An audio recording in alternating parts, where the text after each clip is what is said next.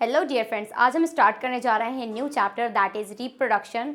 हमारा कंप्लीट हो चुका है रिप्रोडक्शन का जो यूनिट का हमारा थर्ड चैप्टर है दैट इज़ ह्यूमन रिप्रोडक्शन। इसे हम कंप्लीट करने वाले हैं और आज हमारा लेक्चर नंबर 1 है, इसमें जो हम कवर करने वाले हैं।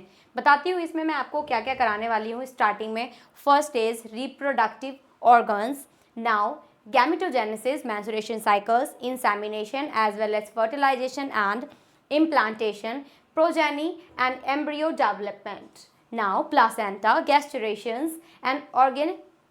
नेक्स्ट क्या है हमारा ऑर्गेनोजेनेसिस एंड लास्ट है हमारा gestation and parturition.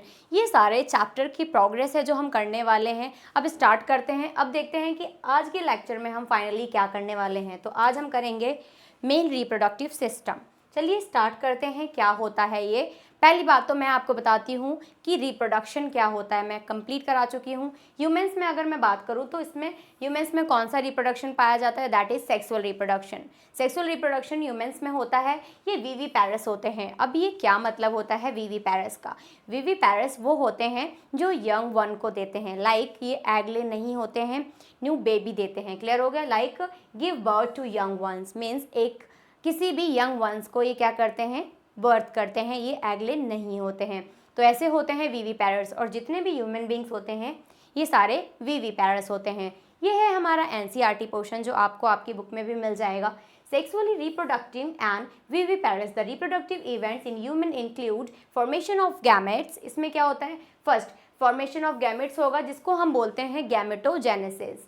Now that is sperm in males and females में क्या होगा, ओवम। नेक्स्ट आता है इंसेमिनेशन। तो फैमिली इंसेमिनेशन क्या होता है, the transfer of female gamete to या फिर फीमेल गैमेट और male gamete is known as insemination. Fertilization क्या होता है, the fusion of male and female gametes is known as fertilization. ये छोटे छोटे टर्म्स हैं ऐसे जो पूरे चैप्टर में आने वाले हैं, जो मैं आपको फर्स्ट में ही करा दे रही हूँ, जो आपको करने हैं।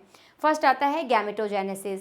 तो गैमेटोजेनेसिस क्या होता है, स्पर्म का और ओवम का फॉर्म होना, उसको क्या बोलते हैं, that is gametogenesis. Means gameto means क्या होता है, गैमेट्स। मेल गैमेट की अगर मैं बात करूँ तो स्पर्म्स हो जाएंगे और फीमेल गैमेट्स की अगर मैं बात करूँ तो हो जाएंगे ओवम। और जेनेसिस का मतलब होता है क्या, formation. The formation of male and female gametes is known as gametogenesis.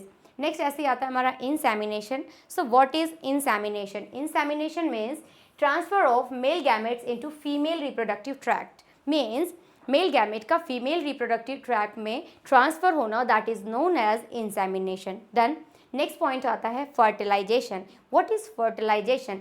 Fertilisation means female reproductive tract fallopian tube. इसमें क्या होता है, मेल जो गैमेट होता है, फीमेल गैमेट आपस में क्या होते हैं, फर्टिलाइज होते हैं फैलोपियन ट्यूब में, that is known as fertilization. Next is implantation. तो क्या होता है ये implantation, attachment of blastocyst in the uterine wall. Means females में क्या होता है, यूटेराइन वॉल्स पाई जाती है आफ्टर द फ्यूजन। जो हमारा ब्लास्टोसिस होता है वो ब्लास्टोसिस आफ्टर द फ्यूजन अगर इम्बेडेड हो रहा है वॉल में, या फिर कह सकते हैं यूटेराइन वॉल में इम्बेडेड हो रहा है, that is known as implantation. ये हमारी वो वाली स्टेज होती है before, just before of embryo. Means embryo जो फॉर्म होने वाला होता है और बेबी कंसीव करने वाली होती है, कोई भी लेडीज़ प्रेगनेंसी कंसीव करने वाली होती है, जस्ट उससे पहले का इम्प्लांटेशन होता है। क्लियर हो गया? नेक्स्ट आता है गेस्टेशन। क्या होता है गेस्टेशन? जो 9 मंथ्स का टाइम पीरियड होता है इसको बोलते हैं गेस्टेशन। क्लियर हो गया? नेक्स्ट आता है parturition, the time period of delivery time, that is known as parturition. अब आता है lactation, feeding of milk is known as lactation. तो ये टर्म्स हैं जो आपको याद रखनी है, बिकॉज ये टर्म्स आपको बार बार इस चैप्टर में रिकॉल होने वाली हैं, इसलिए मैंने फर्स्ट स्लाइड में आपको यही कराया है। चलिए रिप्रोडक्टिव सिस्टम की अगर मैं बात करूँ तो इसमें आएगा primary sex organs and next one is secondary sex organs. तो प्राइमरी सेक्स ऑर्गन्स में क्या क्या आ सकते हैं, क्या होता है? पहले बात तो इसमें गैमेट फॉर्मेशन होगा, चाहे वो मेल का हो और फीमेल का हो, डजंट मैटर, गैमेट फॉर्मेशन होता है। सेकंड वर्क होता है synthesis and secretion of sex hormones. Means जितने भी सेक्स हार्मोन्स होते हैं उनका सिक्रेशन होता है और सिंथेसिस होता है प्राइमरी सेक्स अकॉर्डिंग। ठीक है? नेक्स्ट आता है secondary sex organs, helps in storage और मैचुरेशन। मीन्स स्टोरेज का काम करते हैं secondary sex organs. And transportation of gametes, और ये गैमेट्स को ट्रांसपोर्ट भी करने का काम करते हैं। क्लियर हो गया? यहाँ तक क्लियर है? Did you get that? चलिए नेक्स्ट पॉइंट आता है क्या, अब हमारा मेल्स की अगर मैं बात करूँ तो मेल्स में होता है टेस्टिस और फीमेल्स में होता है ओवरीज। तो जो मेल्स में होता है टेस्टिस, टेस्टिस क्या फॉर्म करते हैं, दैट इज स्पर्म। ओवरीज क्या फॉर्म करता है, ओवम। क्लियर?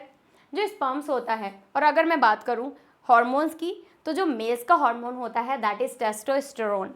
फीमेल्स का जो होता है दो होते हैं, estrogen and as well as progesterone.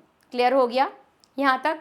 चलिए नेक्स्ट स्टूडेंट्स, आई होप आप लोगों को यहाँ तक अच्छे से क्लियर हो पा रहा होगा। अब प्राइमरी सेक्स ऑर्गन्स की अगर मैं बात करूँ तो टेस्टिस में क्या होगा, स्पर्म फॉर्मेशन होता है, टेस्टोस्टेरोन का सिंथेसिस होता है, और सेकेंडरी सेक्स ऑर्गन में हमारे तीन आएंगे, कौन कौन से, एक तो होगा duct system, accessory glands as well as external जेनिटिलिया।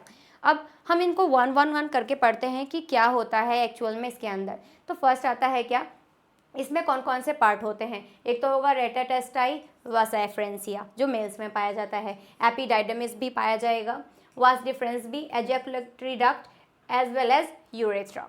Clear हो गया? नेक्स्ट पॉइंट, एसेसरी ग्लैंड्स कौन सी होती हैं, seminal vesicle, prostate gland, Cowper's gland, bulbourethral gland. Done.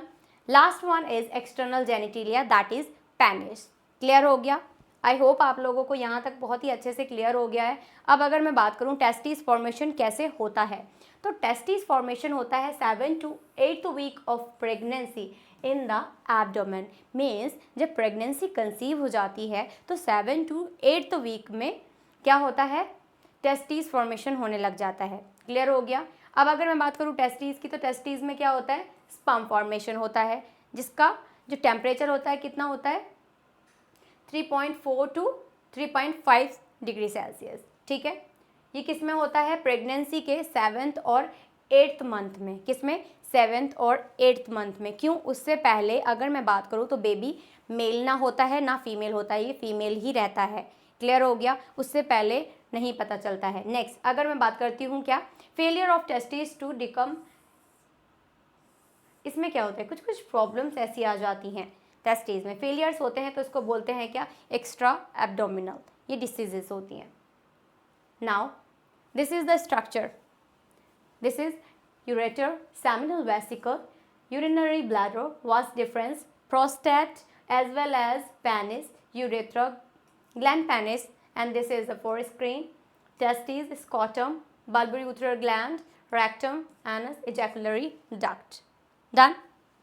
Now testes. This is the NCERT portion to your textbook. These testes are situated outside the body.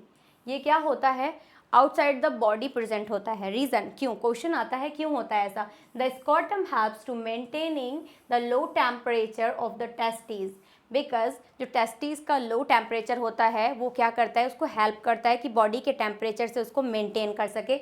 That's why ये क्या होता है, outside the body होता है, because इसमें क्या होता है 2.5 डिग्री सेल्सियस लोअर होता है according to body temperature, lower than the normal internal body temperature necessary for the spermatogenesis, जो कि स्पर्मेटोजेनेसिस के लिए बहुत ही ज़्यादा बेनिफिशियल है। Next with the length of about 4 to 5 centimetre, length कितनी होती है, 4 to 5 सेंटीमीटर होती है, एंड विड्थ कितनी होती है, 2 to 3 सेंटीमीटर। डन।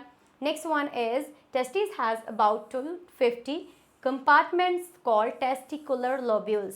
Means इसमें 250 compartments होते हैं जिनको बोलते हैं क्या, testicular lobules.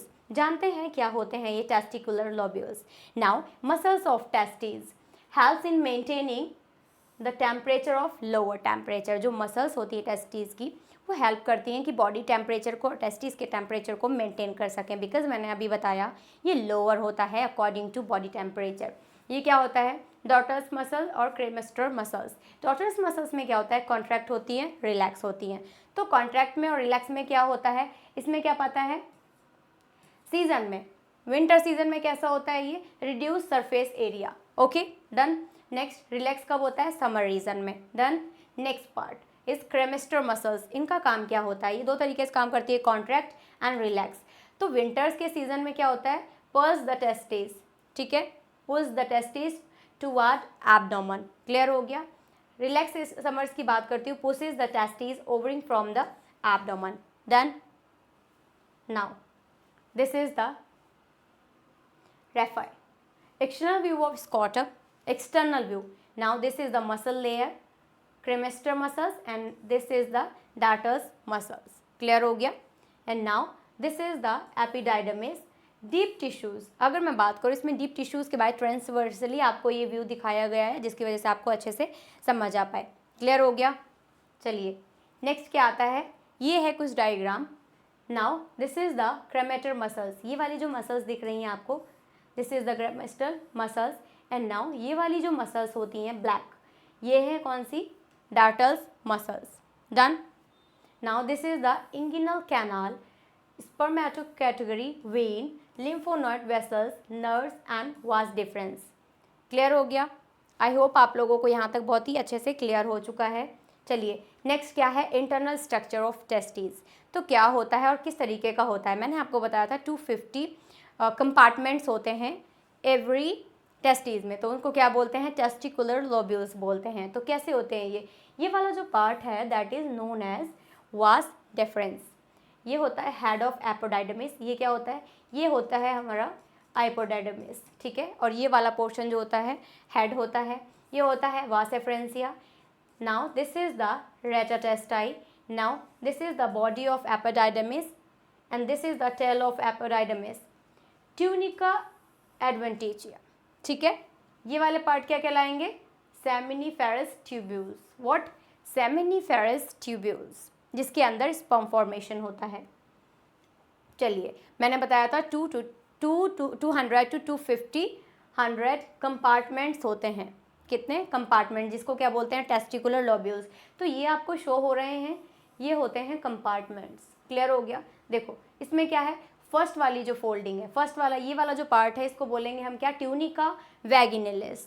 सेकेंड वाला जो है, ये वाली जो कवरिंग है that is known as tunica vascular, ये थर्ड है। सेकंड कौन सी है, ये वाली जो कवरिंग है ट्यूनिका एल्वोलिया, जो फोल्डेड रीजन है, मीन्स इस तरीके का फोल्डेड रीजन जो है उसको बोलेंगे ट्यूनिका एल्वोरिजिया। क्लियर हो गया? जो कि कितने होते हैं, 200 से 250 कंपार्टमेंट्स पाए जाते हैं हर एक टेस्टिस में।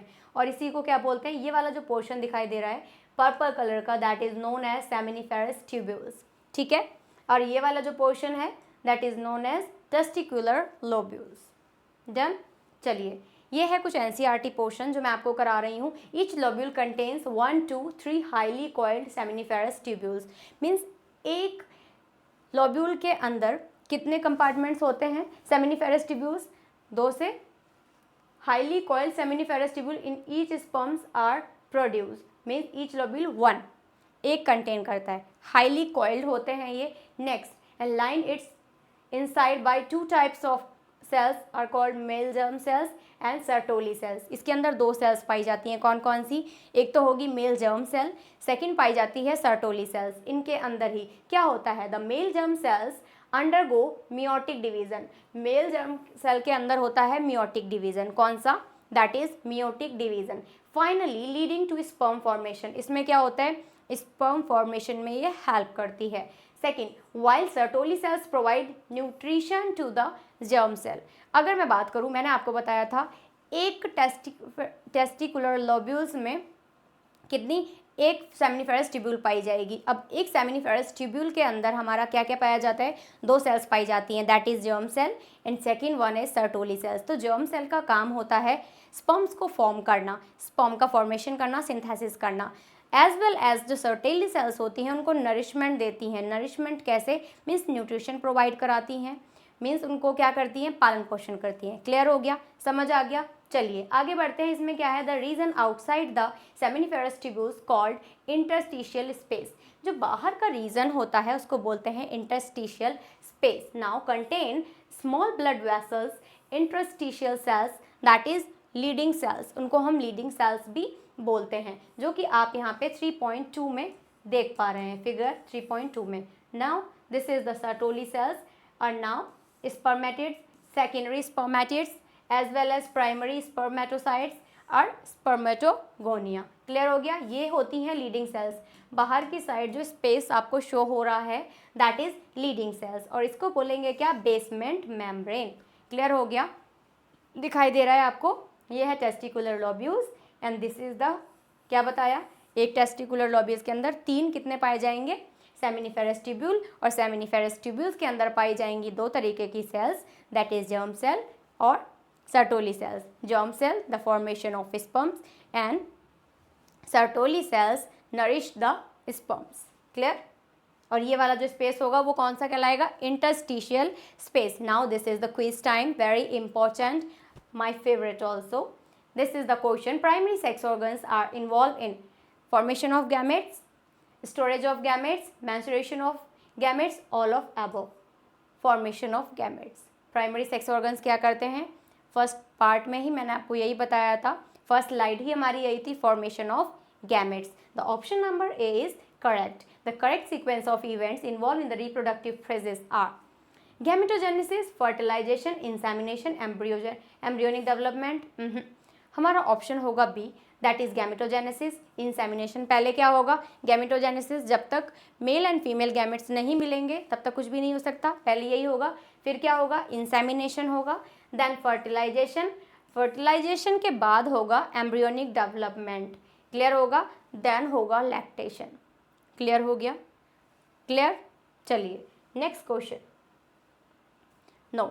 नाउ आज हमने क्या क्या कवर किया है, इंट्रोडक्शन कंप्लीट कर लिया है जिसमें मैंने आपको बहुत सारी टर्म्स बताई थी, जैसे कि lactation, gestation and menstruation time period क्या होता है, और पास्चुरेशन क्या होता है, गेस्टेशन क्या होता है, गैमेटोजेनेसिस क्या होता है, और भी काफ़ी सारी चीज़ें, और मेल रिप्रोडक्टिव सिस्टम के बारे में भी कंप्लीट इंट्रो मैंने आपको दिया है. ये हमने आज के लेक्चर में कंप्लीट किया है. अब जो हमारा अपकमिंग लेक्चर है उसमें हम करने वाले हैं सेकेंडरी सेक्स ऑर्गन्स के बारे में. तो चलिए हम मिलते हैं लेक्चर नंबर 2 में. तब तक आप लोगों को ये इसके नोट्स बनाने हैं अच्छे से और इसको प्रैक्टिस करना है. एंड रिमेंबर वन थिंग, आप लोगों को क्वेश्चंस प्रैक्टिस करने हैं, बिकॉज इसके क्वेश्चंस बहुत ज़्यादा इंपॉर्टेंट हैं और आपके पेपर में आएंगे ही आएंगे, और ये वेटेबल भी है एज वेल एज बोर्ड के लिए and also the NEET. Okay.